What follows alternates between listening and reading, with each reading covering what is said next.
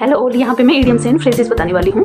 तो first idiom है a snake in the grass, यानी कि सीक्रेट एनिमी, यानी किसी का गुप्त शत्रु का हमें पता नहीं चलता। जिस प्रकार से एक घास के अंदर सांप होता है और हमारे पैर रखते ही या हाथ रखते ही वो अचानक से डस लेता है ना, तो उस तरह से हम इसे याद कर सकते हैं। दूसरी है to talk through one's head, यानी कि टू टॉक नॉनसेंस, यानी कि किसी की बात है जो हमारे सर के ऊपर से जा रही है, यानी कि हमारी वंस हेड किसी की टॉपिक के ऊपर से जा रही है कि हम उसकी बातें नॉनसेंस लग रही है और हम सुन नहीं रहे हैं, जैसे उस तरह से हम इसे याद कर सकते हैं। टू स्मेल, थर्ड वन है टू स्मेल ए रेड, यानी कि टू सस्पेक्ट ए ट्रिक और डिसीड, यानी कि एक किसी चीज़ में स्मेल आ जाती है, यानी कि हमें कोई संदेह हो जाता है, जैसे डिसीट यानी छल धोखा, ट्रिक भी छलिया धोखा, यानी कि किसी छलिया धोखे का संदेह होना।